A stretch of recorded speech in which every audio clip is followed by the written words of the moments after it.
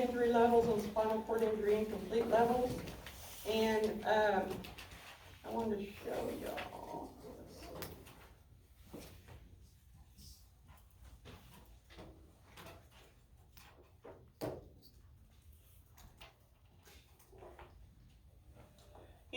On your, that's not giving me the right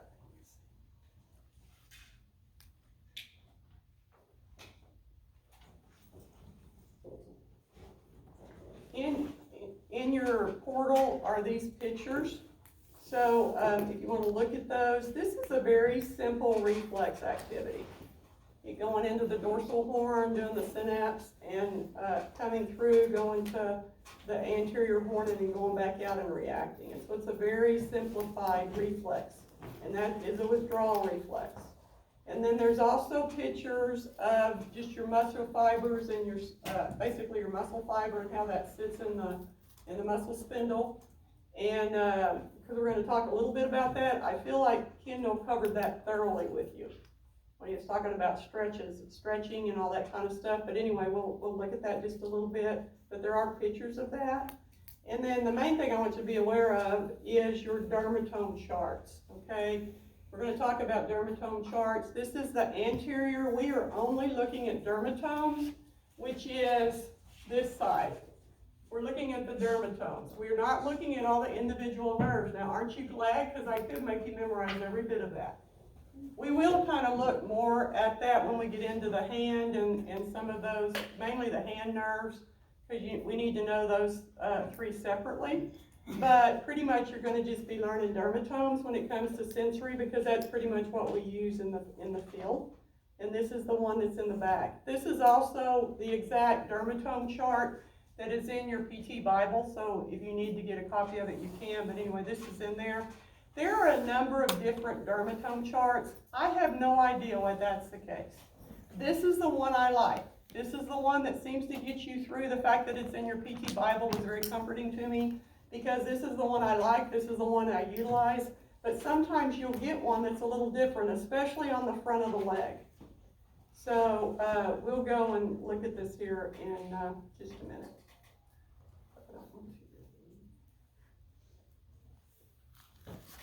So let's go on with spinal cord. Okay, reflex activity. What you have is you have an alpha motor neuron, which is the large motor neurons in the anterior horn of gray matter that transmits impulses to skeletal muscles. So they're called alpha motor neurons, just the skeletal muscle neurons. You also have gamma motor neurons, which are also located there, and they're the transmissions to the muscle spindle and receive some of that information for inhibition. So this is part of the reflex. So your gamma motor neurons basically transmit muscle spindle information. So what does that do? What happens when you overstretch a hamstring? What do you see people do? Ever watched them play it in football when they've injured their hamstring? What happens immediately? That knee buckles under them. They fall to their knees. Have you seen that? It's also true if you, let's say, pull a bicep, you've got tightness there, and you pull, what immediately happens? It springs back.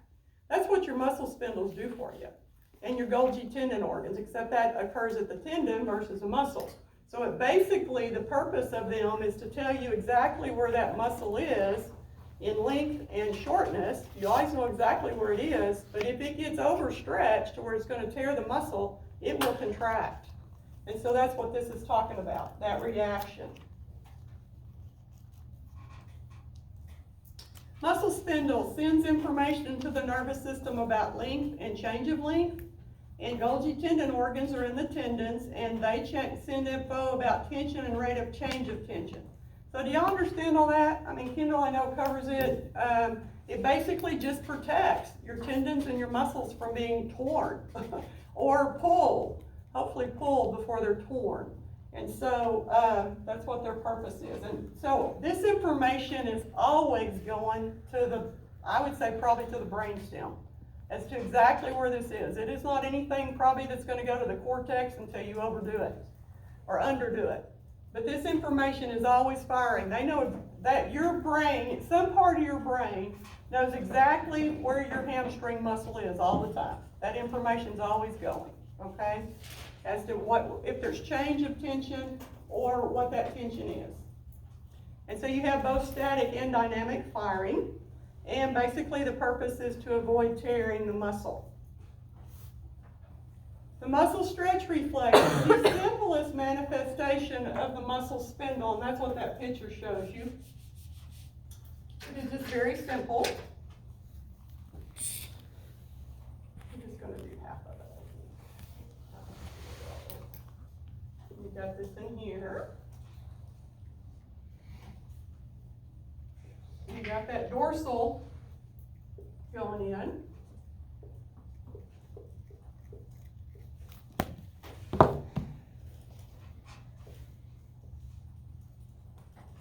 Got that ventral information coming out.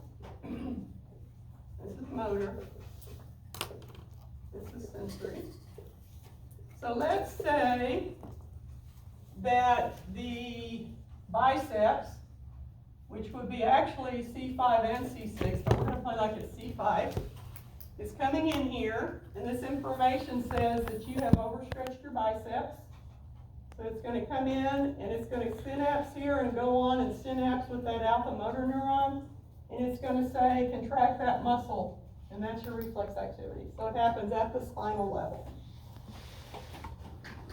You probably would actually have C5 and C6. As we talk about the biceps, it comes in 2 levels. So it does both. Any questions on that? It's a very simple reflex.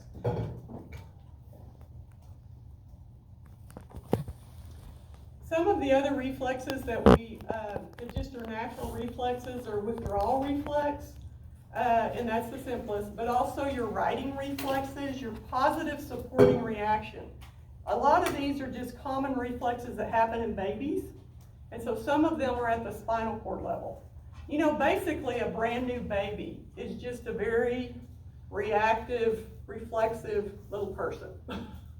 They don't do much more than just react to reflexes, and as you get into different reflexes with kids, it's just fun to play with them and figure that out. So we will do that with pediatrics more.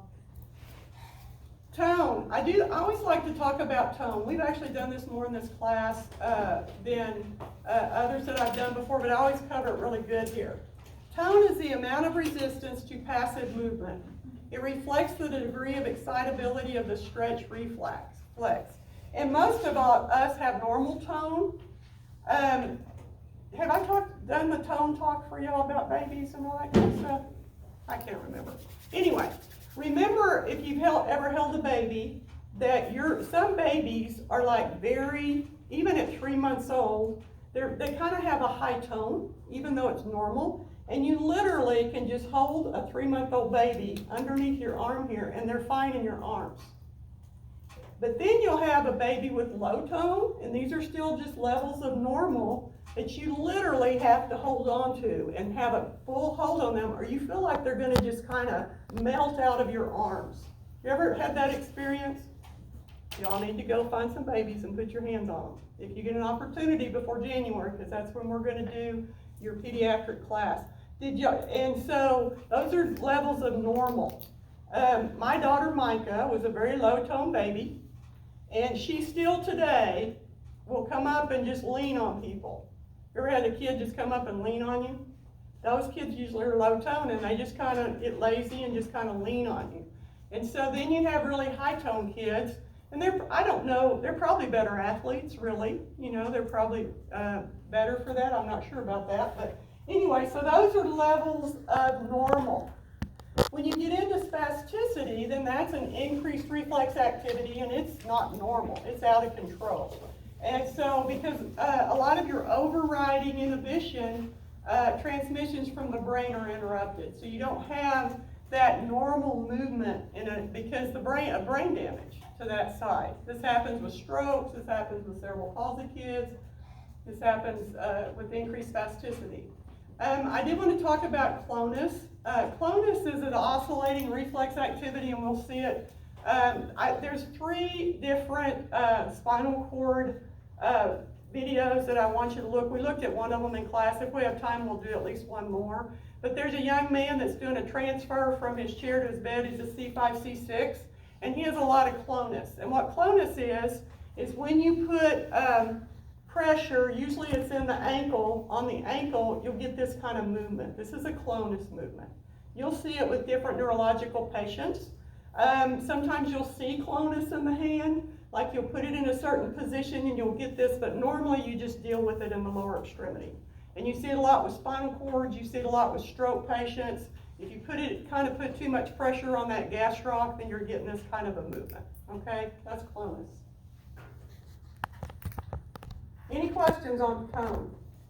Y'all kind of had an understanding of tone, that we're all different tones? You okay?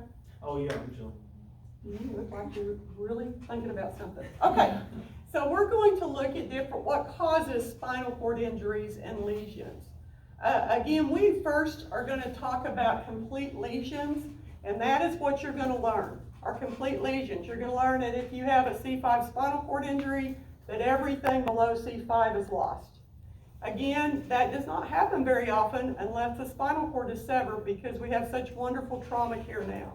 So a lot of times your quadriplegics are walking. It's great. It's more fun to get quads. You know, here they come in, they can't move in the chair at all, and they walk out of your clinic. That's fun. I'm just telling you, that's fun. So the first thing is just stenosis. Stenosis is narrowing of the spinal column, and so that usually comes from maybe bone spurs. This happens a lot with older women. I worked with a number of older women who are paraplegics because they would not go get that surgery done. So it's an arthritic thing. Sometimes it can be caused by a disc putting too much pressure on the spinal cord. Anytime someone has loss of sensation or they have loss of muscle power, they need to be checked out, okay? That's never normal. That means damage is being done to that spinal cord. So stenosis is narrowing of the spinal column. Contusion is an incomplete injury, and that's a bruising of the spinal cord. A contusion means bruise. A severance is a complete lesion. That means that it's been cut. This does not happen a tremendous amount, but if it does happen, it's probably going to be in the cervical area. If you literally, the spinal cord was cut in the lumbar area, it would be so much trauma that it would kill them. Sometimes you do see it in the thoracic area, but not very often because you got the ribs there. So if it's a severance, it's like all the way cut. All the way through. And there's really, that's always a complete injury at this point, except with all the research they're doing, but pretty much that would be a complete injury, and they literally would lose everything below that level of injury. What if it was just cut like a little bit? Well, that would be an incomplete, in that one side of it would be damaged. So you'd still have the other side. Okay. And we're going to talk about that. It's called Brown-Sequard syndrome. And that's real common, actually, where there's just more damage on one side than the other. Yeah. Spinal shock is the initial presentation of a spinal cord injury. Usually it lasts 2 to 3 weeks, and they have flaccidity in the affected muscles, which would be below the level of injury. The reflexes are absent, and there's no response to plantar stimulation. So, do y'all know how to do the Babinski? Have y'all been taught how to do the Babinski on somebody? What it is you take your thumb and you go over the lateral part of the foot. And anytime you have increased reflex activity, that is abnormal. So what you're looking for is for that toe to come up and go backwards, and then it'll usually come back down. You can do it in babies, but the foot will kind of go into extension, but the big toe especially will go into extension, and then it kind of comes back down. That means that there's reflexes there. So what a doctor does with a spinal cord injury, literally when they come in, they'll take their foot and they'll do the thumb a few times on the bottom of the foot, and until they get some type of reaction of the reflex, then they're still in spinal shock and they're not going to work much with them. Does that make sense? So normally a spinal cord injury will lay in the hospital on the acute care for 2 to 3 weeks until that spinal shock is kind of cleared up, because their body's really screwed up. You know, a lot of sympathetic and parasympathetic things are going on. They just really have to be monitored because it could kill them. It could kill them if they weren't. So during spinal shock, that's the acute care time in the hospital. This is also the time that they're going to do surgery if it's unstable. So if you have a broken neck, it could be they'll do surgery. Sometimes they'll just do go in and do bracing, but it seems like they're doing surgery most of the time. And the reason being is because then they can get them up and active. If they're just in a brace, you have to be more careful with them. But I think overall they're doing more surgery now. So do you understand what spinal shock is? So if you're like in a complete lesion, you would have spinal shock no matter what? Yeah, spinal shock goes with incomplete lesions. Okay. Sometimes incompletes probably don't last as long. And again, it's so nice I'm assuming spinal shock is still 2 to 3 weeks, but I wonder with this trauma drug if it hadn't been decreased. I haven't read anything on that, but they really keep the swelling down. They give them I don't know what that particular drug is, but they immediately give it to them so that the swelling around the spinal cord doesn't happen as badly. It's real common over the years. The reason why people are always complete injuries is because the swelling would happen with the inflammation and the blood supply would be cut off below that level.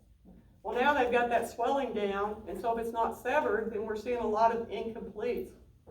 And so you don't see a lot of complete injuries anymore, which is great.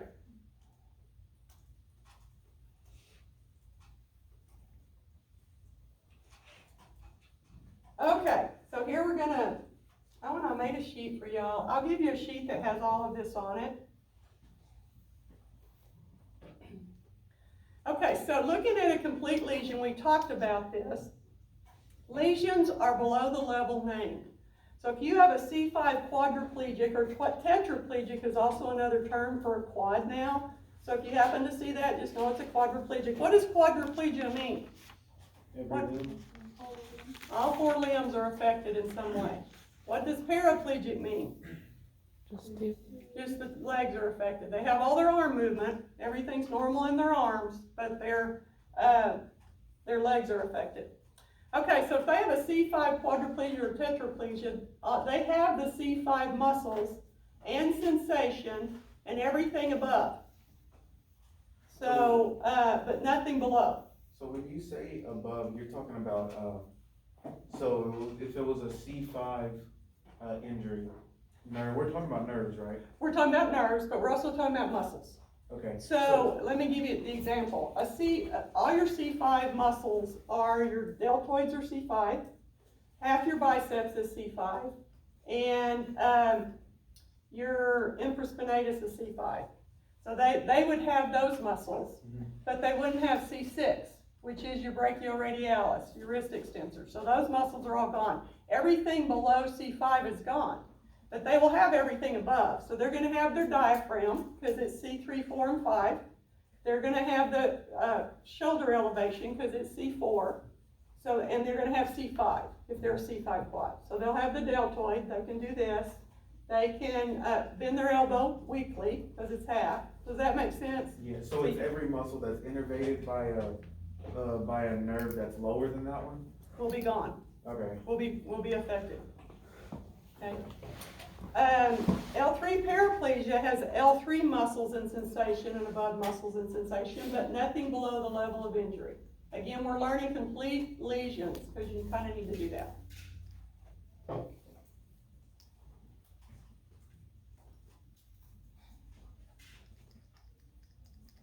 Okay, so we're going to go over these. C3, 4, and 5 keeps the diaphragm alive. Then C1, 2, and 3, if they're a C1, 2, or 3 quad, they're going to be on a ventilator, and they're going to have head movement, okay? We save these guys as long as what? As long as they get immediate care. They have to have immediate care. Why? They can't breathe, so they're going to die. If they're just even there 5 or 6 minutes without someone realizing that they're not breathing and start CPR, they will be dead. And so in that instance, we do lose a lot of them. So C1, 2, and 3 are on a ventilator, but C3, 4, and 5 keeps the diaphragm alive, right? So if you get into a C4 quad, they have the potential to be off a ventilator. So C4 and below, they're gonna start on a ventilator, by the way, in the hospital, but they can wean off or they don't have to have one all the time. So C4 has head neck movement, and then they have shoulder shrugs or elevation, and that's your levator scapulae muscle. And so your diaphragm's working there, your trapezius and your sternocleidomastoid are working, right? Your levator scapulae and then your neck musculature. So they have head movement, they can elevate their shoulders, they can turn, the trap is there. So that's a C4. C5, okay, so this is actually when you start being able for them to do more. C5 quads are still pretty dependent. They have weak elbow flexion, which is half their biceps. They have shoulder flexion, abduction, extension because they have the deltoids. They have shoulder external rotation because they have the infraspinatus, teres minor, and they also have the supraspinatus. So these guys have about half, what we consider half their rotator cuff, which means they're pretty flimsy in those shoulders. So you literally could lift up on these guys incorrectly in the shoulders and dislocate their shoulder. So C5 and above, you always have to be careful how you lift them. C6 is the level of independence. This is the level that if you have someone who's strong and very motivated, they can live completely independently and they can drive a vehicle. So this is the level of independence. So if you will keep this in mind, this is where we kind of start with everything. Remember, C6 is the level of independence. They can be independent in bed mobility. They can be independent in range of motion. They can be independent in transfers. They can be independent in pushing a manual wheelchair, okay? C6 is strong elbow flexion, so that's your biceps and also your brachioradialis. So your biceps does pure supination, right? What's the brachioradialis do? It does elbow flexion with the thumb up, remember? So you're much stronger then. Your wrist extensors come in, and that definitely gives them a lot more control with that. And then your internal rotator comes in. So you have your complete rotator cuff at C6. And that's another thing that really makes them independent.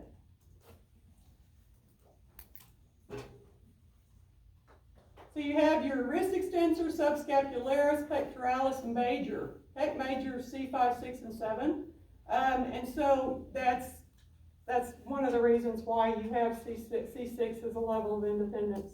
And they can do it. It's very difficult for them to do it. So I want you to go in and watch the young man. He's a C5, C6, he's incomplete. He's got, on one side, I think he even has triceps, which is a C7 muscle. And then on one side, I think he's a C6. But anyway, C7, all that comes in is triceps, which is elbow extension. But that allows for them to do a push-up in a wheelchair. It allows them to transfer so much easier because of the triceps. A C6 quad literally uses external rotation to throw their arm out, and they have to lock in their elbows to function. And they do. They do their push-ups from their shoulders. So they can do wheelchair push-ups at C6, which is very important for spinal cord injuries, because if not, they'll have bed sores on their bottoms, right? So they can do push-ups at C6, but they have to lock in their elbows. Whereas C7 can put their hands up on the armrest and push up and down. So that really makes them much more independent at C7, and that's pretty much all that comes in at C7. Some more levels of some of their trunk muscles, but not too much. C8T1 is finger flexion, finger abduction, and adduction. So your lumbricals do what? What do your lumbricals do? They're your waving little guys, aren't they? So there's your lumbricals. Your interossei does finger abduction, adduction. So that's your interossei. And then your finger flexors. So your hand function is completely present at C8T1. So if you are a T1 spinal cord injury, you are now a paraplegic and not a quadriplegic. You have complete arm function. So your arm function is C5 to T1, okay? So that's your arms. Any questions? What confuses me about this is I thought that periphery nerves were considered lower motor lesions, right? Now this is that would be peripheral if you literally cut the C7. It would be peripheral and it would be flaccid. But because the damage is a severance of the spinal cord, it shows up as an upper motor neuron. Does that make It's still sense? at the spinal cord. Yeah, because these are spinal cord injuries. Okay. So, does that make sense? Yeah, I Where if you literally cut, and this happens sometimes, by the way, you'll have damage, let's say they're a C7 quad, and the C7 spinal root is also damaged in the trauma, and so it's gonna be flaccid. That particular, triceps will be gone. Does that make sense? Yeah, I get you. Okay. Any other questions on that? Those are the upper extremity ones. Those are the quadriplegics. Okay, paraplegic. Starts at T1. Your T2 through T12 basically are just segmental innervations of trunk control and intercostals. So as they go down, they have more breathing. What kills the majority of your quadriceps, by the way, is breathing. They get pneumonia. COVID has probably killed some quadriplegics because their lungs, they don't have the capacity to breathe like we do. So literally a C7 quad just has his upper lungs that he has control to help breathe. He can feel the lower lungs, but he doesn't have those intercostals down there to expand. So T2 to T12 are just segmental innervations of the intercostals. T12 is hip hikers. That's the quadratus lumborum. And so L2 really starts your lower extremities, I guess. T12, a hip hiker you might think about. But L2 is your hip flexion. So that's iliopsoas, your iliacus and psoas major and minor. L3 is weak knee extension, that's your quadriceps, and L4 is strong knee extension. So we talked about reflexes. Remember that if you do a knee reflex, your quad reflex, then that covers both L3 and L4. So your quadriceps are two spinal cord levels. Yeah, I've worked with an L3 quad, and he had he didn't have fair strength to lift that leg, but he had like 4+. So if we put him in sideline, he could extend his leg. So that's about what you have at L3. If you have an L4, then they have full strength in the quadriceps. That make sense? So remember, what are our reflexes as we talked? Remember we talked about them, what are they? L3 and L4 is your quad, right? What is L5 would be your biceps. L6 is your brachioradialis. I'm sorry, C5. C5 is your biceps. C6 is your brachioradialis, and C7 is your triceps. L3, L4 is your quadriceps, and then we're going to go down to S1, and that's your plantar flexors. Okay. So L4, you have strong knee extension, but you also have weak ankle dorsiflexion, and the muscle that comes in is the tibialis anterior. That comes in at L4. L5 is strong ankle dorsiflexion, weak knee extension, so you have part of your hamstrings at L5.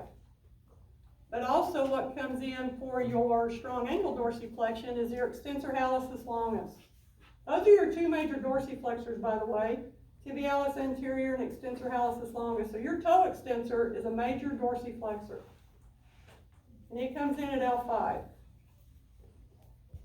S1 is strong knee flexion. So your hamstrings are L5, S1.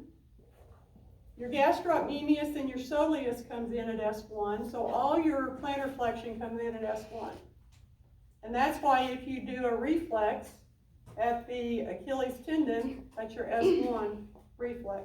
Does that make sense now about the reflexes? We'll go back over them later.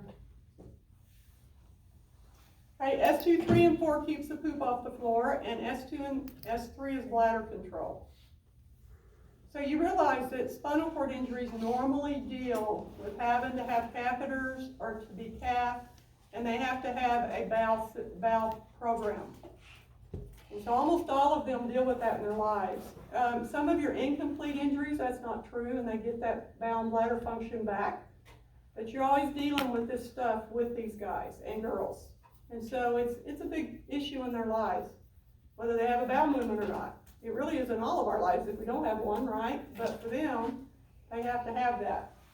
They have to kind of be on a system. And we'll talk about in rehab more how that works. Okay. What time is it? I think I'm gonna quit here. We'll go into incomplete spinal cord injuries on Tuesday. I need y'all to, I'm gonna give you a quiz. Yeah, I really need y'all to memorize those and kind of start getting those underneath your belt. So look at, just what we had in, well, actually, all your spinal cord stuff up to this point will be on that quiz. I do think there's just 10 on this one, I'm looking at it. But I need you to look at these different levels and start memorizing that. Let me see if I don't have that sheet for you. I pulled it off. Let me get that for you, and I'll